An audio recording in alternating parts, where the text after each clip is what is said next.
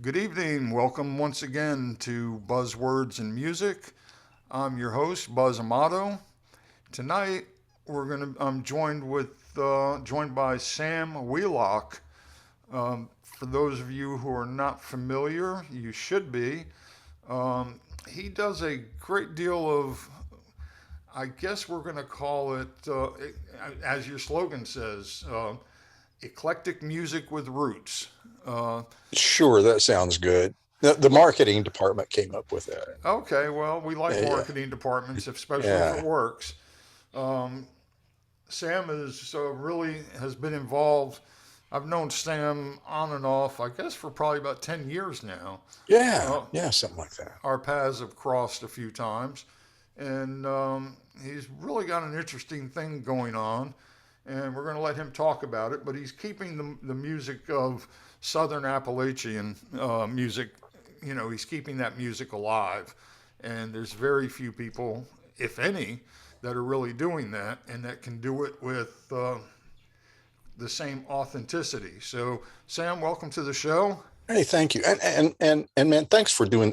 I know this stuff is a lot of work. I know it is. Thanks What's for that? doing this, uh, doing these shows. No, this is. I get to hang out with I get to hang out with musicians. How much work is Yeah. that? You know. Well, as long as the valuables are locked away, it's a good thing you're doing them long distance. Well, yeah, you're in Hilton Head, so I'm safe. Yeah. Um, so coming to you from Atlanta, you're in Hilton Head. Talking to people all over, so that's always a good thing. Um, well, let's get started. How did you?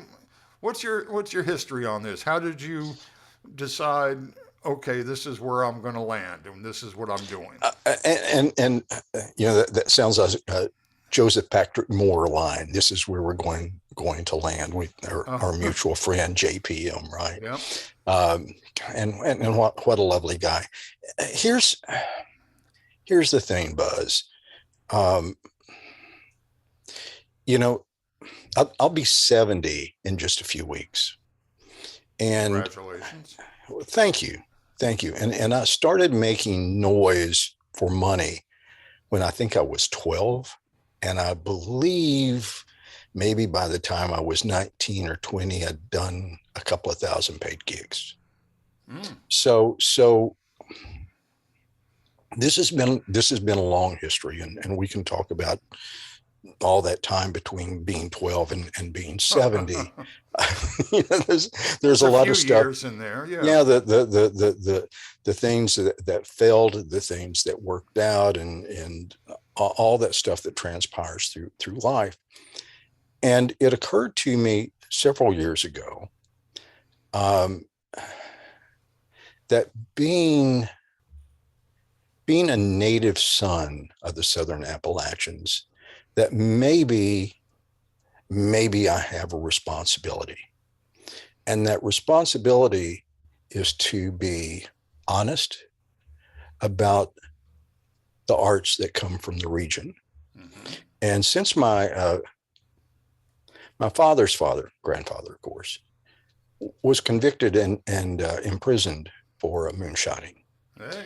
Yeah, yeah. Well. So here's the dichotomy. Other side of the family, a great uncle is seen. He's passed. Great uncle was seen as an authority in jet propulsion. He Mm. he he wrote the books for Navy that had to do with jet fuel systems, and see, that's the reality of mountain people. We It's think that not all the Darlings and Ernest T. Tubbs that we no, see on no, TV. the folks that paint a caricature. See, and maybe it's just me. I find that perpetuating the dumbass persona, I Yeah, find it offensive.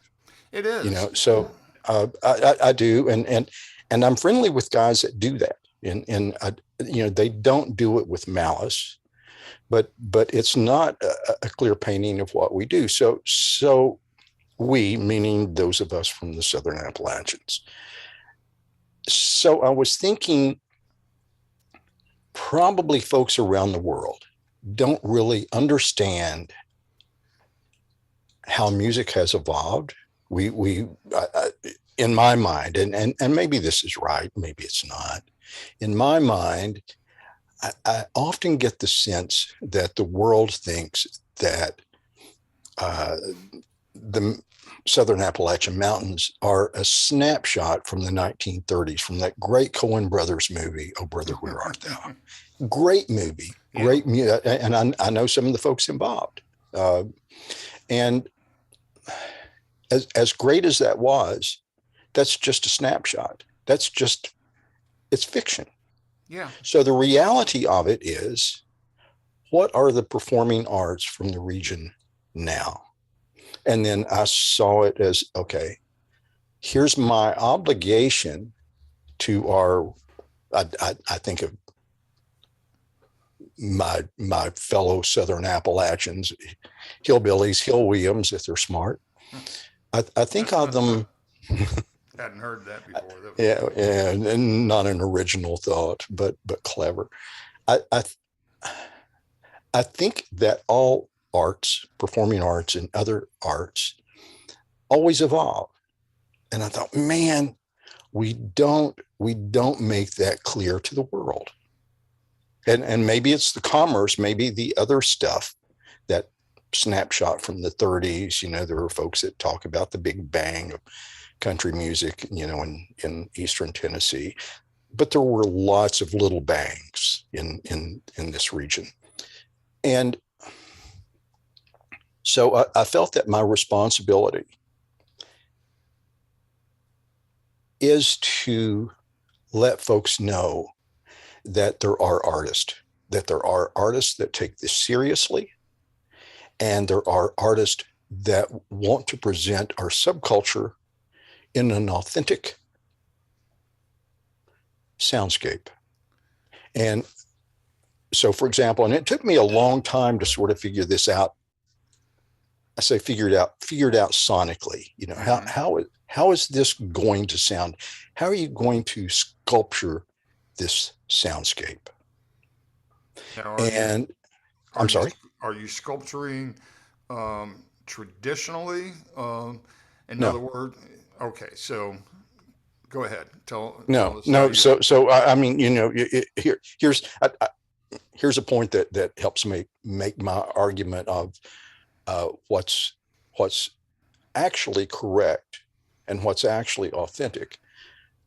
I'll bet you anything there were more electric guitar amplifiers sold than banjos in the Southern Appalachian Mountains. Betcha, betcha, betcha. No shortage of good banjo players. Yeah. You know, Some and electric I banjo players too.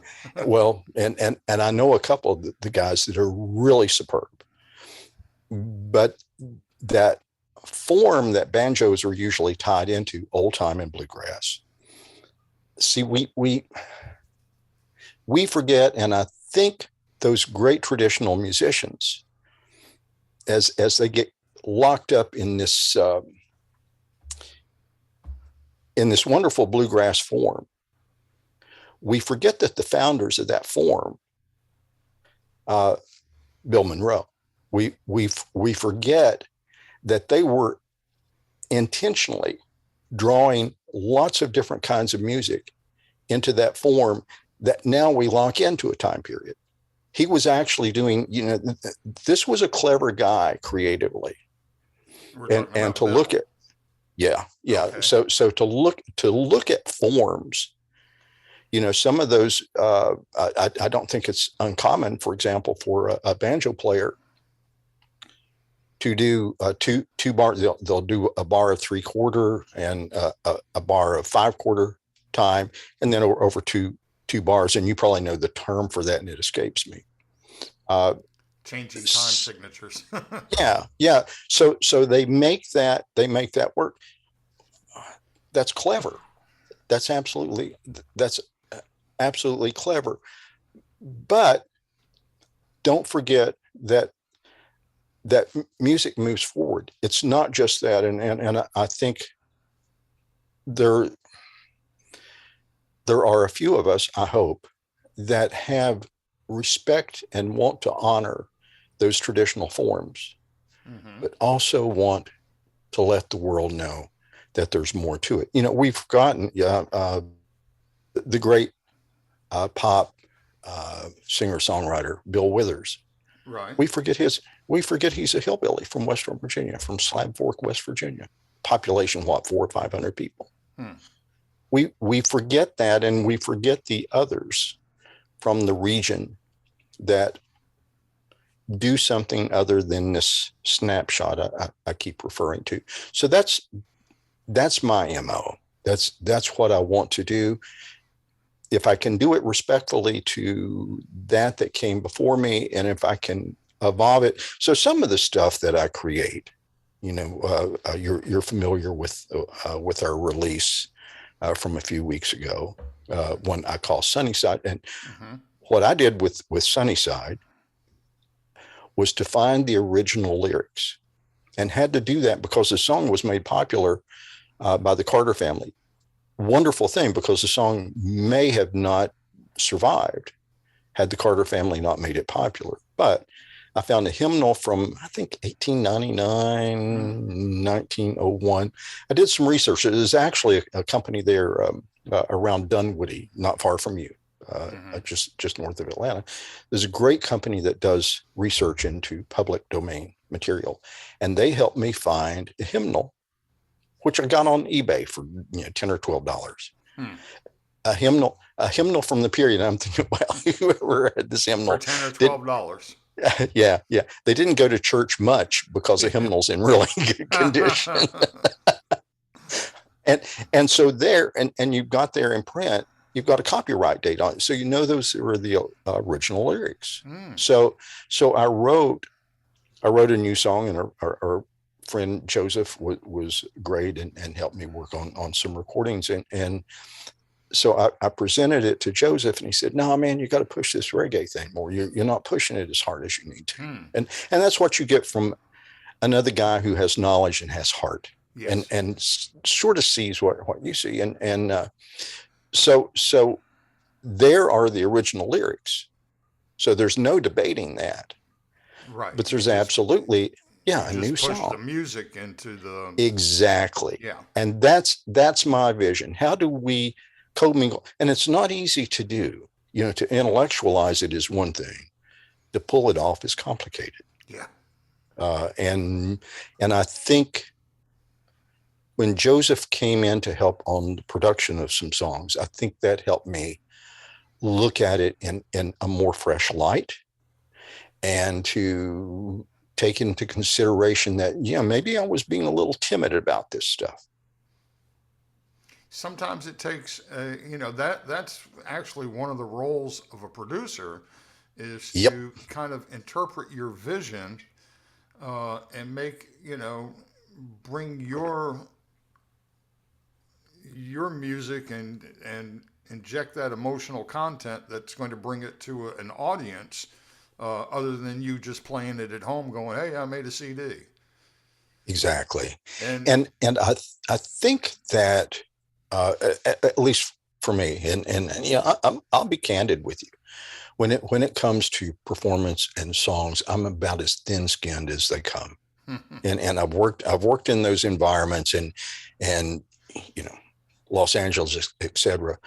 And people will talk to you to your face as if you're a commodity. yeah, And I can't dismiss. I just can't. I can't dismiss my emotions. I can't dismiss my heart from those things that I create. Whether it's a vocal performance, whether it's composition of a song, I'm really tied into them. And fortunately, in this situation with Joseph, I don't know if he's mentioned to you or not, but we've done several songs that'll be released in over the next few months. And Joseph has that uncanny, but see, this is part of who he is. he's He got, has that. he's been on the show, and he has an empathy to different artists that he He works with, does. and He that's does. that's what a good producer needs. Yeah. You don't go in there uh, going, this is the kind of record I'm going to make. It's what kind of record are we going to make? And Yeah. And I'm he's the guy, at least for me. he takes that Yeah. approach as well. Yeah. And he's very good at that. And man, I, I'm going to do this without dropping names. I'm friendly with a guy who has been a producer of a couple of household name acts, Hmm. and it just You can sounds mention my name anytime you'd like. That's okay. all right. I can't mention his name, but his initials are Buzz. Yeah, Amato.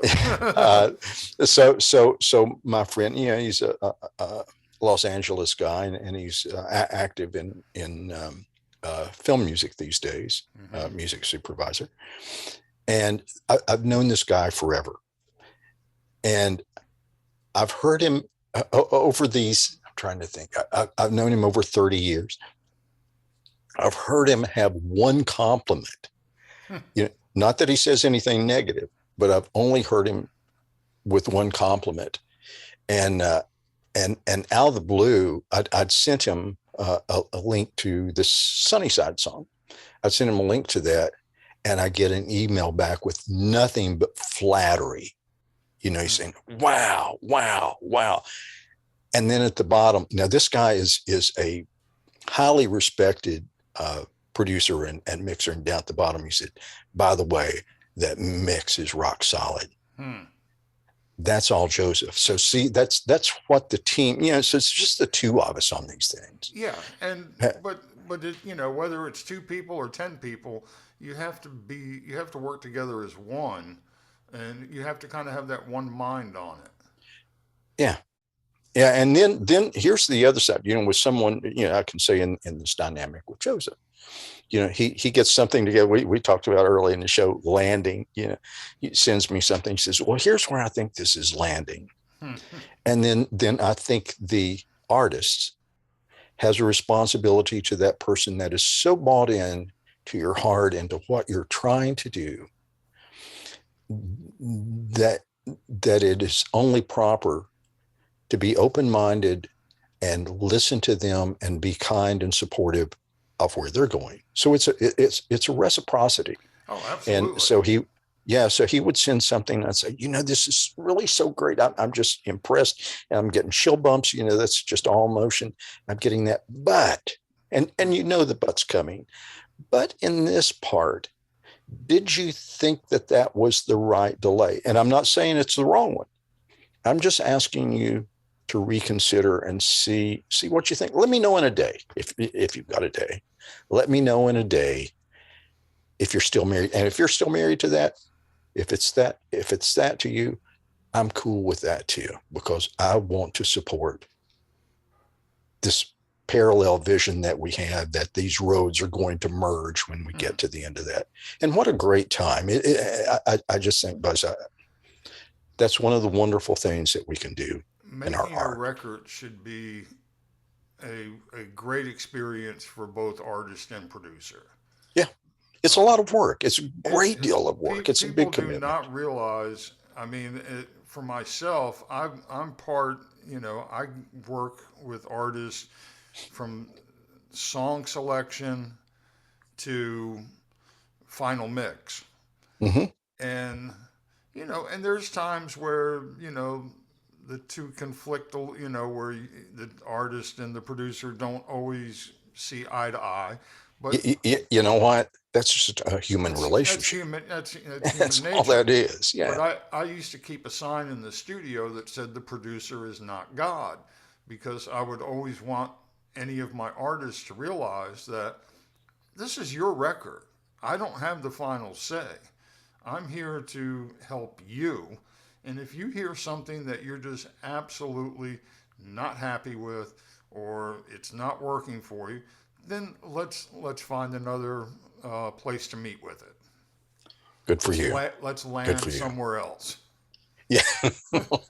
let's land somewhere else. We'll abort this landing. We'll fly So back around. We'll just try just so again. just so listeners know, you've been talking about Joseph Patrick Moore, who is Indeed. a Our friend. fantastic bass player. Um, Fantastic guy. yes, and he's been on the show. Um, Matter of fact, our first episode was with Joseph. So, Oh, good um, choice. Good choice. so if anybody wants to go back and listen to that, it's episode one. Um, and then I have the full episode with him on YouTube. Ah, okay. So, because that was like 2 hours. Because Joseph and I go way back. And he, behind your back, he speaks very fondly of you. Well, he says that in front of my back too. Oh, So oh does he? no, Okay. we have a good mutual relationship there, musically and personally. Yeah. Um, I wanted to talk to you about your stage show, Yeah. a story and a song. Yeah. Yeah. That's actually, we keep mentioning just so Joseph and I are talking, and I was said, "Hey, I've got this idea. I'd seen the Bruce Springsteen Broadway show Hmm. played on Netflix for a short time, and I said, man, I got this idea for this rootsy version of Springsteen does this Broadway thing so great, one man show, and I've got an idea. What do you think?" And he said, "Well, you're doing a story and a song." And I said, nah, man, that's the title for the stage show. You just got the title. You didn't know it. So here's the deal with that. Just before COVID, are you familiar with COVID-19? I've heard Have you heard about of it. it? I've heard Yeah, about it. yeah, yeah. There's not many people know about it. Just before COVID-19, that winter, I'd written this whole show. I scripted this damn thing out an hour, and I've got everything outlined, and uh, I don't have a theatrical background, but I'm thinking, okay, if you're doing this on stage, I kept watching this Bruce Springsteen thing, making notes. Okay, here's how much time they spend doing this. Here's that.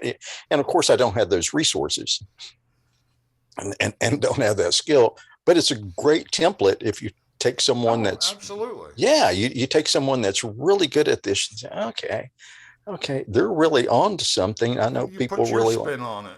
Exactly. And I'm thinking, okay, I can do a roots version of this.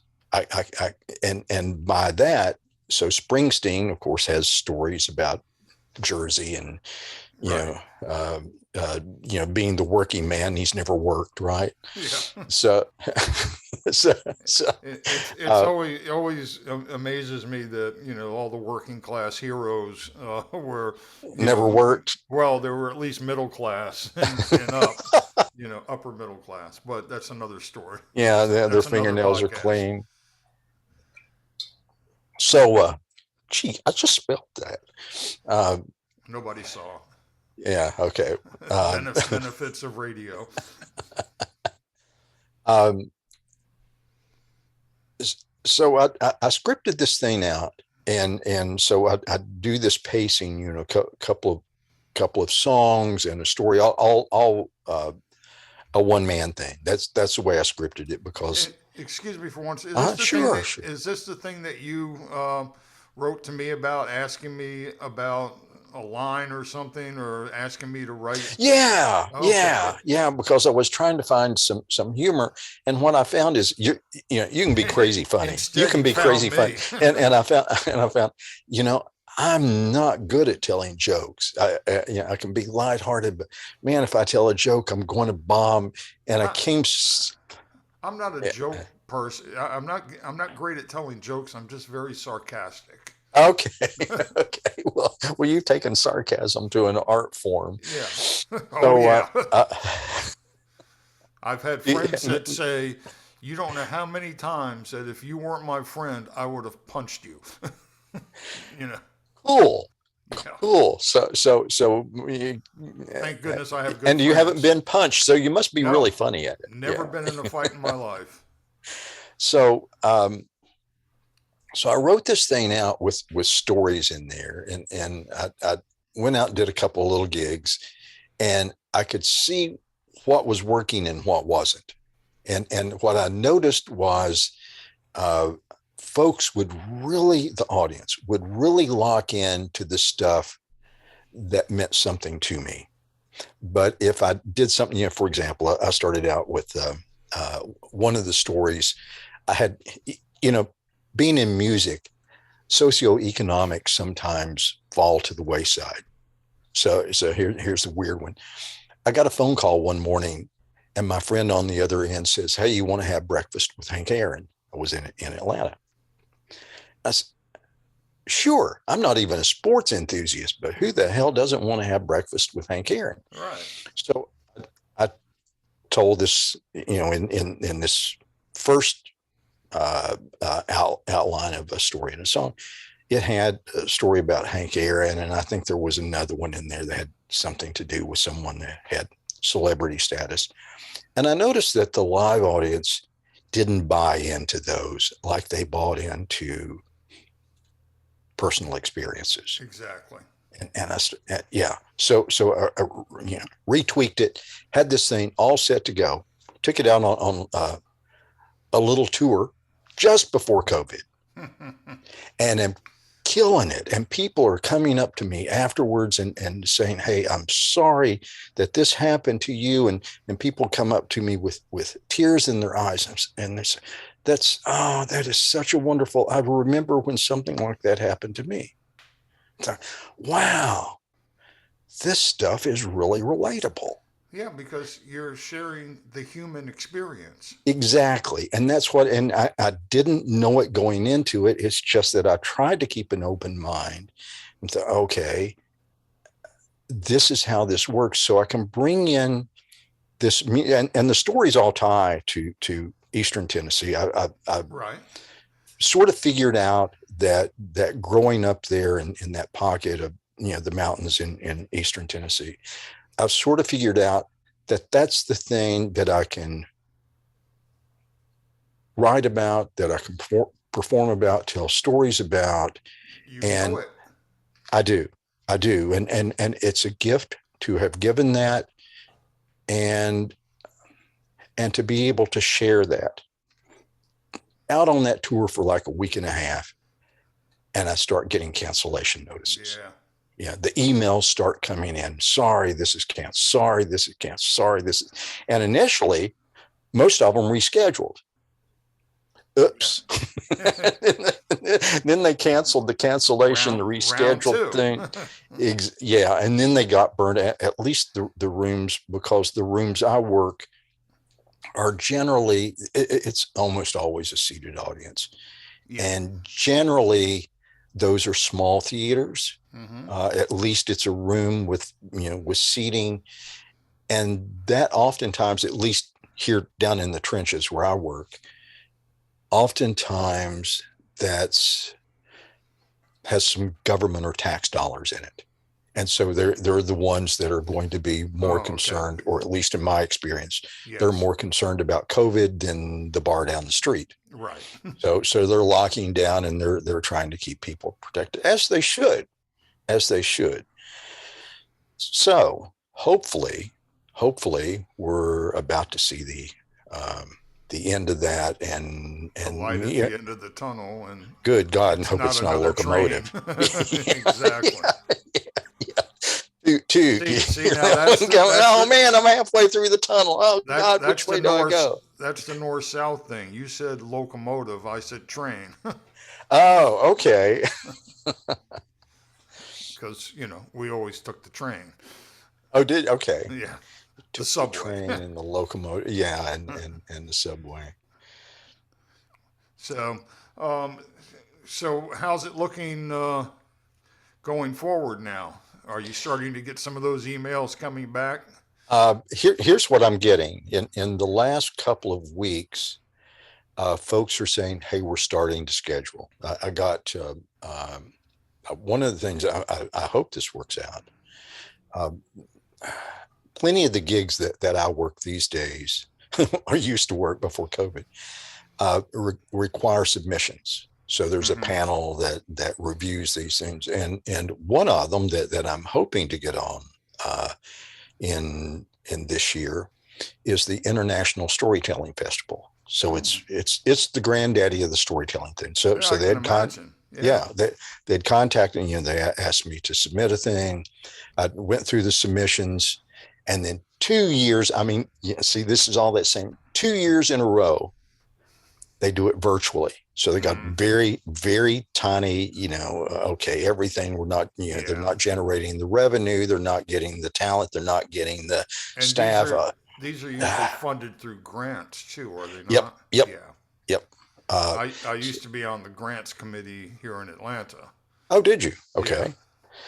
So those guys, actually, we just corresponded this week. And they said, well, good news. We're going gun ho. We're going live uh, for 22. Right. And they announced the A team. The A team are those professional storytellers that can carry. I think they require them to be able to carry 3 hours. Wow. So yeah, that's a lot of material, and they perform over several days. That's not me. That's not me. But and I said, so But what about they're what? not playing music either. No, no. There you go. And I'm one of the. There may be two other people that do stories and music that I'm aware of, and they in essence said, said the good news is we'll announce the B team. That's those of us that'll do like 15 minutes or so, Right. and we'll announce the B team in May. Hmm. So I'm crossing my fingers for that, and also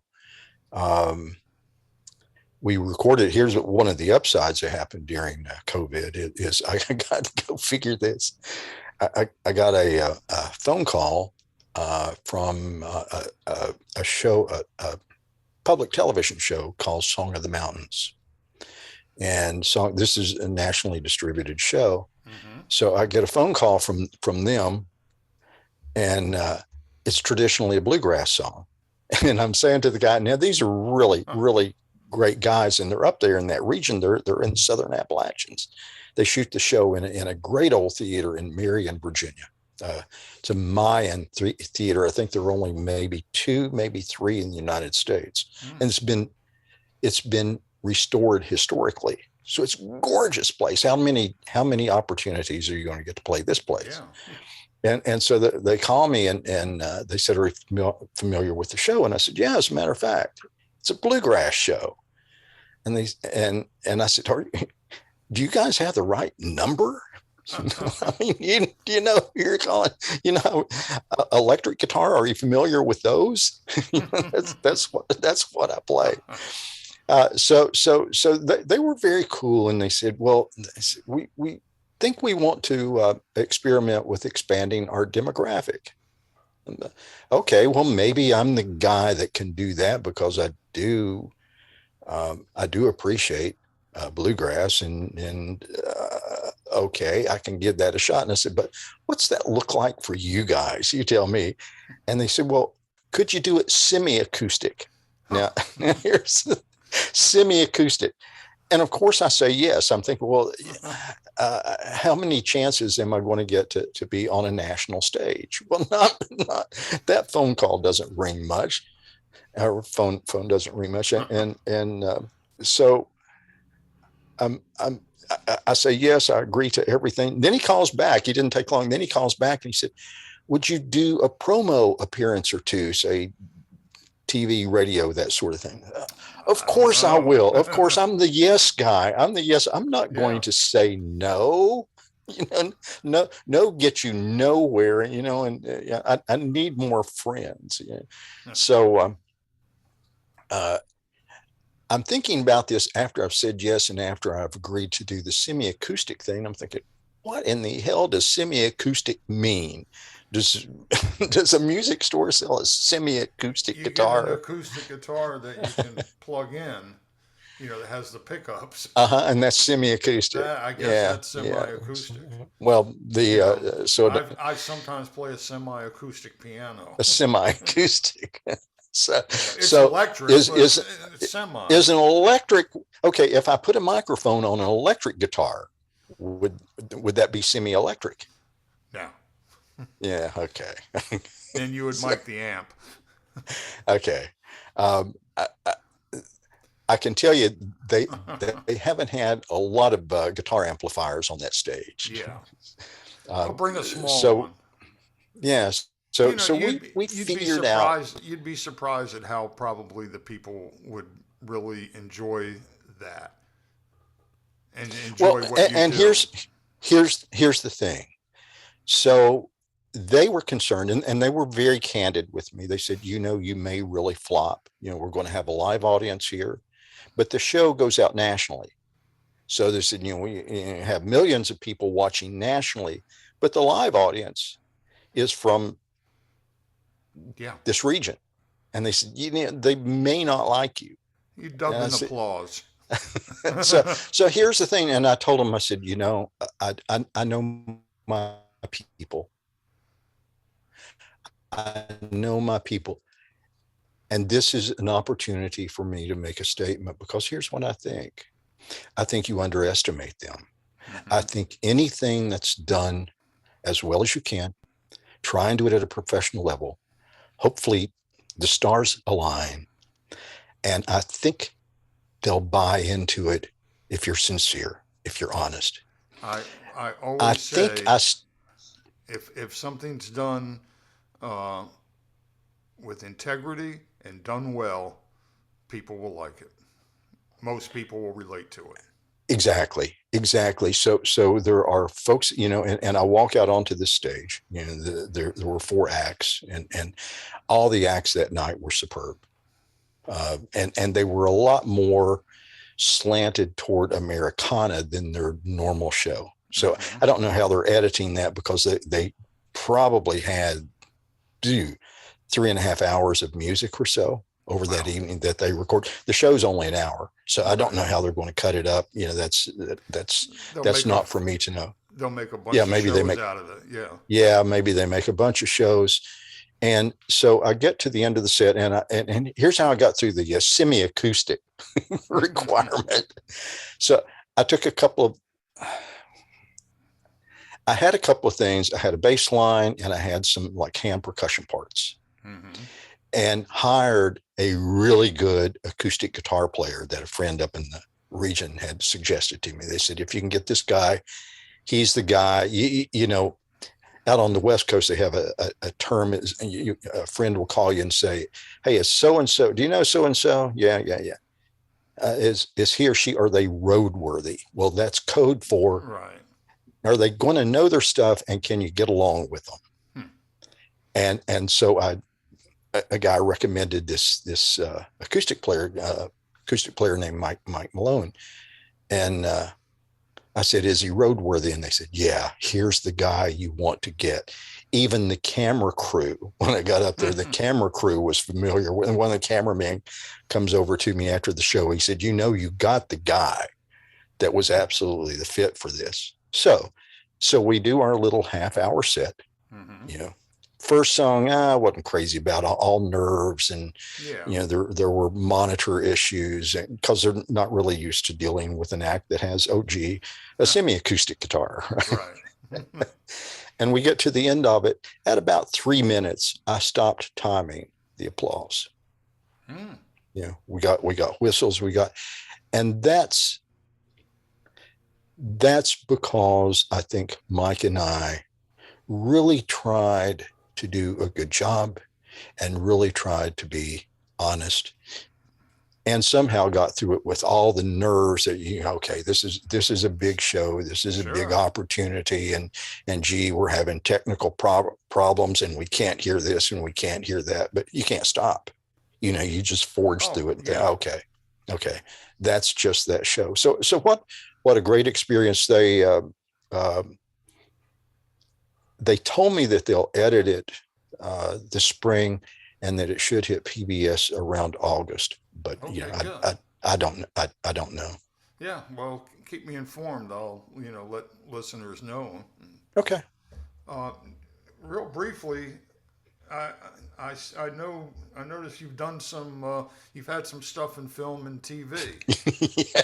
Uh, you, one of my favorite directors, Quentin Tarantino. Oh yeah, I never met him. I worked on one of his films. Right. I've From got the original script, man. I got the original script oh for From Dusk Till Dawn. Do you know yeah, that one? Selma I Hayek. do. I remember going to see that Yeah, film. Selma Hayek in a brown bikini. Yeah, you're not going to go too wrong. But No, I just remember going to see that film, and everything I was like, yeah, this is good, this is good. And then all of a sudden, it took this left turn, uh, and I was like, whoa, what just happened? I guess we, it is edgy. It is. yeah. Uh, But you do have you a want me to song, give you the story of that, or the sure, background stuff? yeah, Okay, here's the background story. Guy comes to me. I'm living at Franklin and Gower in Hollywood. That's just half a block up toward the hills from Paramount. mm-hmm. I'm living there. Guy comes to me with a script from Dusk Till Dawn, and he said, "Hey, so and so has bought the script. They have a special effects company, and it'll make sense to you when you read through it. Uh, they want to do a trailer um, to raise money. Mm-hmm. So they're going to put together this 2-3 minute trailer, and they're going to take it around to the film festivals. They're going to try and get investors." Sure, And I probably shouldn't. He told me how much. He said this guy worked out a deal with this director, writer, this guy named Quentin Tarantino, who I was unfamiliar with. He said he worked out this deal and he paid him blah blah blah. Well, blah blah blah wasn't much, and he said, "Look this over. Let me know if you think you can do some crazy music for it." And I read the thing. Of course, we're back to the. Have I mentioned I don't like to say no? So yeah. Well, we're back to that. I couldn't say no, never say no unless you're too busy to say yes. uh, so so Did that come out right? something like that. Yeah, Never somewhere say around there. no. Never say no unless you have yeah. Well, um, so Yeah, no, I that call. that was I was right. Never say no Okay, unless you're too busy to say yes. so I call a guy a couple of days later and I said, "Yeah, I'd like to have a stab at this. I'm really fond of real edgy out there music." And he said, "Well, since we talked, there's been a little bit of a change." And so they discussed fee, and he said, "We don't have a problem with the fee, Mm-hmm. but the guy that's producing this has a young male artist that they're trying to break into the record industry. Will you ghost this?" Hmm. If folks aren't familiar with ghosting, this stuff is omnipresent in Yeah, the entertainment business. absolutely. Ghosting means that you're going to do the work, you're going to do the creating, And and somebody somebody else else is is going going to to be put up their name front. on it. Yeah. Yeah. So your name's never going to go on. And I'm thinking, okay, do I get, is this a work for hire? Is this do I do a license? I mean, am I protected? Am I selling this thing out since we taken this turn? They said, no, you can keep it. Okay. Uh, and so the kid comes over. He's like 17 years old or something. Nice young man. Don't recall his name. He comes over and we talk about it. And I said, "Do you want to have any creative input on this?" And he didn't really. He didn't know Hmm. what he had gotten himself into, except that for him, it's more or less a marketing thing. Yeah. Okay, I get that. I understand that. As long as we're honest with one another, I'm cool with this thing. So oddly, I created the music. They got the master tapes to do this initial trailer, which didn't make it onto the big screen. So they did this trailer, but before the movie went into production, the young man was killed tragically in a car Oh. accident. Oh yeah, Hmm. yeah. Uh, so I guess they got. I didn't see the trailer, and that's how things work in entertainment, especially in uh, movies and film. Here's Oh yeah. we have our need. You don't need to meet anyone. You don't need to meet Right. Quentin. Everybody's busy. Okay, everybody has a job to do. Let's do it. And I was always fascinated in film and television at how much work it takes and how efficient most of the people are at delivering what they're supposed to do to make it all gel Oh and yeah, work together. and Yeah, it's remarkable. you have such tight deadlines. Oh yeah, yeah.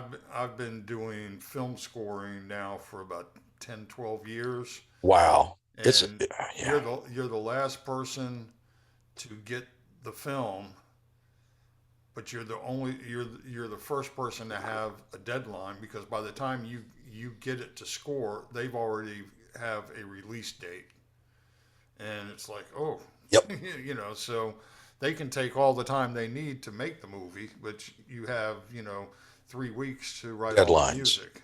deadlines, and can you see? I really haven't had to do those, for film and TV to score those things. I scored um, a bunch of stuff. I was a staff producer, composer for Cox Communications, the Atlanta Journal and Constitution for a while. And so I'd have to score those things. So Mm-hmm. if they had a television commercial, if they had a marketing piece in the world, uh, video marketing pieces, Right. those things, almost all that stuff gets original music. Yeah. And I remember uh, my supervisor coming to me. We had post-production stuff was shot, script approved, everything shot, and everything going into post one morning. And the night before, my boss comes over. We had a studio at the Journal and Constitution. I had a mirror studio just like it in my apartment. So Mm-hmm. I could take tapes. This is Yeah. back in the day of analog. I could take tapes back and forth and work all hours. And he came over to my place to listen to some stuff because, you're under the gun, like you're talking about. The Yeah. last, okay. So here we are at something like 9, 10 o'clock at night. And he says, and he was right. And he says, you missed it. He said, you missed it. This doesn't work with the storyboard. It doesn't work with what's being done. You need to write something else. Holy crap, I think I'm done. And they got a post section session starting mid-morning the following morning. Yeah. Okay. Okay. Back to the drawing. Let's just do an all-nighter and trying to, what are they imagining? As it turns out, in that situation, the guy was absolutely right. I think the piece that came out of that, out of having to do the rewrite, luckily, because this is oftentimes just lightning in a bottle for me. Hmm.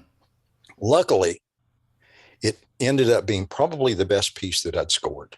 Hmm. Yeah. Yeah. Well, So, and the guy was as right as he could be about the piece before it, that it was the wrong piece for what they were trying to accomplish. right. Now, see, with me, I am such a procrastinator that Okay, great. I have to get it right Okay. because there's no you've got till first thing tomorrow morning to get it done because I just gave it to you um, at your you tell me you need it in 3 months. You tell me you need me to do something for you 2 weeks from now that Uh huh. you need it for 2 weeks. Uh huh. I'll When do you wait start? the day before Great.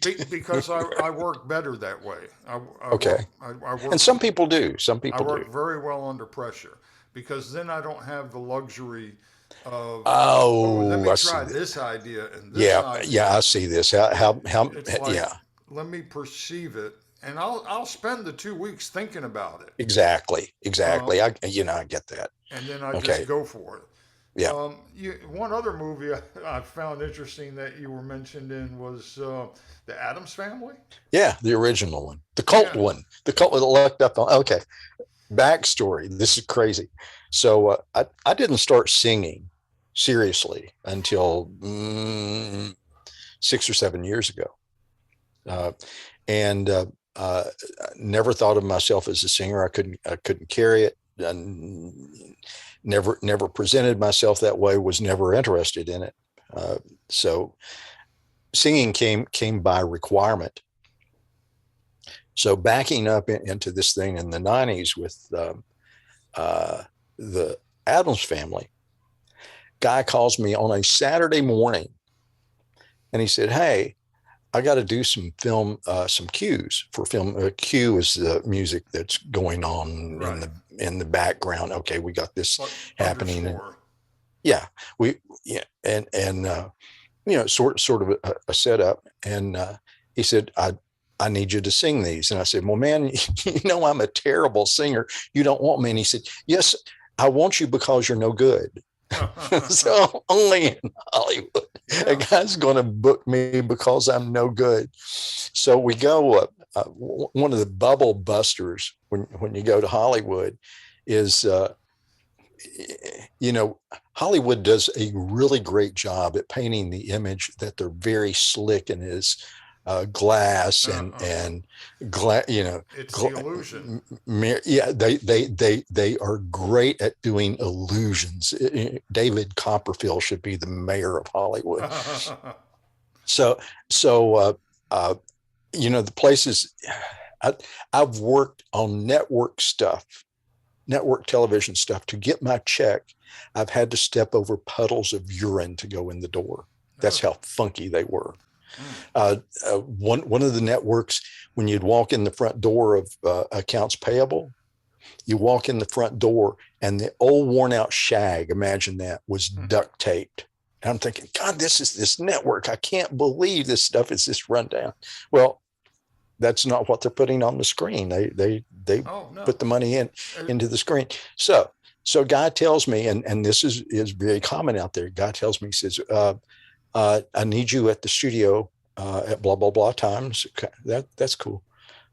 Here's the address, and that's what they do in studios out there, because there are great studios that don't have signs. They have a street address. right. They don't want people knowing this Mm-hmm. person is in this place, and they don't want people knowing, good God, we've got $3 million worth of gear behind that door. Right. They give me a street address, and it's so and so B. I'm thinking, well, Hmm. what's B? Is it, am I going to an apartment? So I go over to Burbank, pull into a place, and I'm looking. So there's the number, but I don't see a B. And I look out back, and there's something akin to a shop, a utility building out back. That's the studio. Yeah.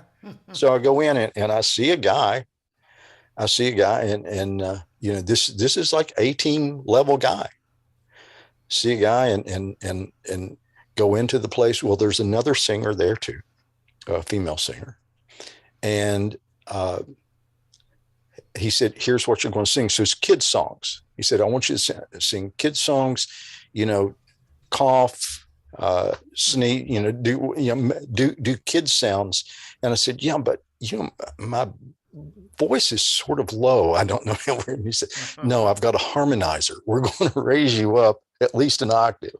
We're going to raise you up, and we're Yeah. going to make you sound like a kid. So when you get to the scene in uh, the Addams Family movie where they have all those kid songs, that's me and a female singer doing all Oh, those kid parts. Yeah, nice. yeah. Well, it's still around. It's around Yeah. every Halloween, and it is a hilarious movie. Yeah. I haven't. God, I haven't seen it since it came out, so I I actually ended barely up. I barely remember it. I saw it last Halloween for whatever reason. Um, and the clip is on YouTube. I thought, well, that's pretty cool that Oh, nice. somebody singled that clip out and put it on here. I'll have to look for that. So I should tell you this. So we're in this little utility building, and it's got a wall air conditioner. Just one of those that's mounted, eye height through the wall. And the producer tells me, he says, "Hey, when we're rolling, reach over there and turn that thing off. When we stop rolling, turn it back on so Right. we don't get hot."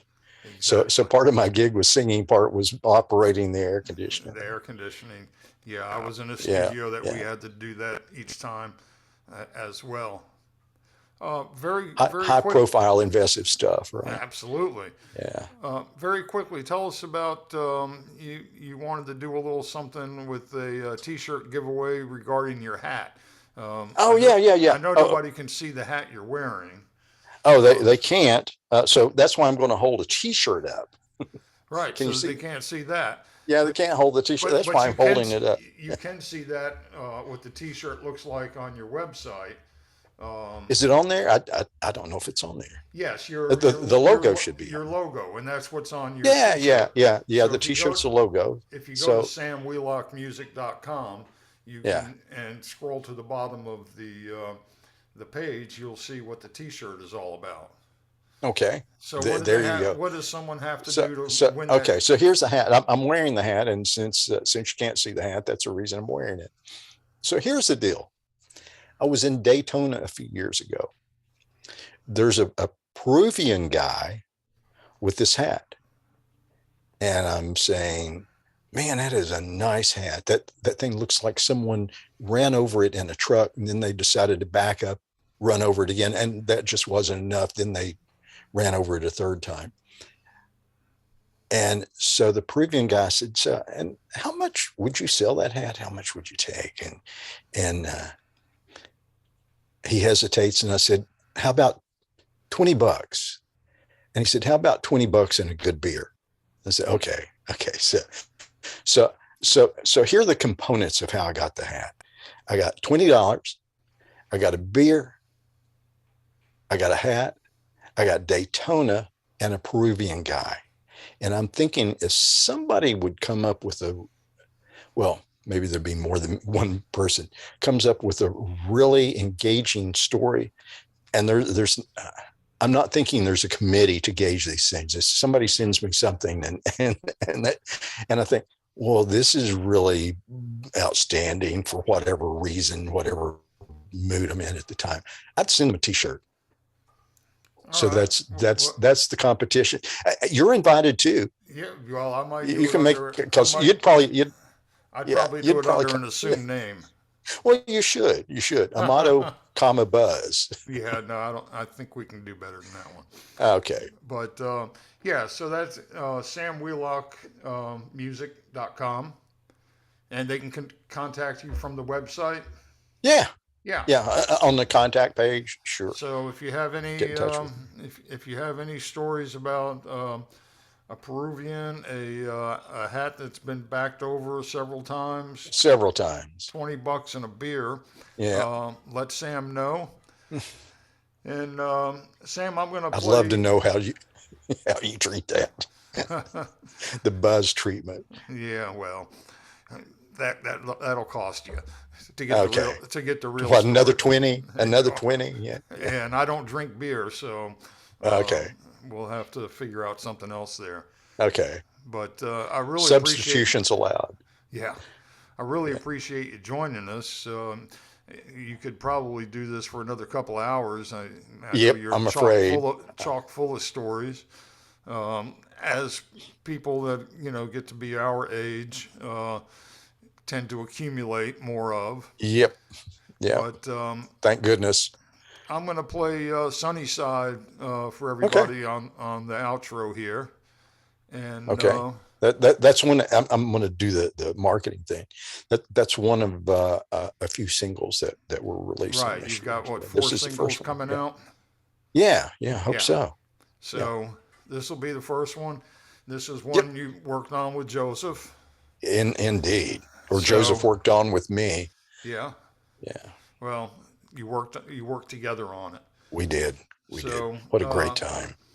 well, thank you, Sam. I Hey, thank appreciate you. it. It Thank was you, good seeing Buzz. you again. It's been years, It has been. and And thanks for doing this, and good luck with the show. thanks. Yeah, tell your Yeah. friends. Yeah. What? One Tell of them. them? I have one. Tell them both. Okay. I had a fan club, but the guy died.